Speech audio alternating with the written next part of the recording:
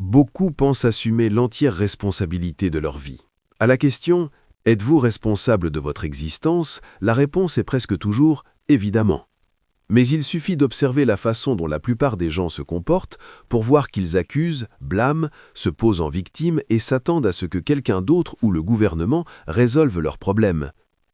S'il arrive d'attribuer un retard à la circulation ou d'être de mauvais poil à cause d'un enfant, d'un conjoint ou d'un collègue, alors la responsabilité personnelle n'est pas assumée à 100%. Une opportunité manquée à cause d'une connexion Internet ou d'un outil défectueux, n'aurait-il pas fallu prévoir un plan B au lieu de compter sur la chance?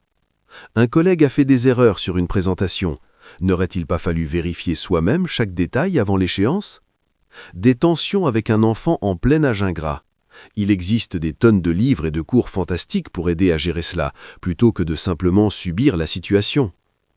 Chaque individu est seul responsable de ce qu'il fait, de ce qu'il ne fait pas, et surtout, de la façon dont il répond à ce qui lui est fait.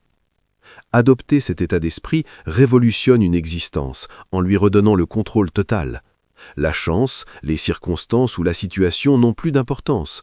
Tout ce qui arrive ne dépend que de soi. C'est là que l'on devient libre comme l'air. Peu importe qui est élu président, peu importe la crise économique, peu importe ce que dit, fait ou ne fait pas un tel ou une telle. Être à 100% aux commandes de soi-même est la seule issue.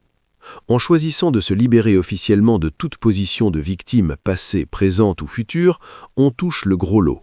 On gagne le pouvoir illimité de prendre son destin à bras-le-corps.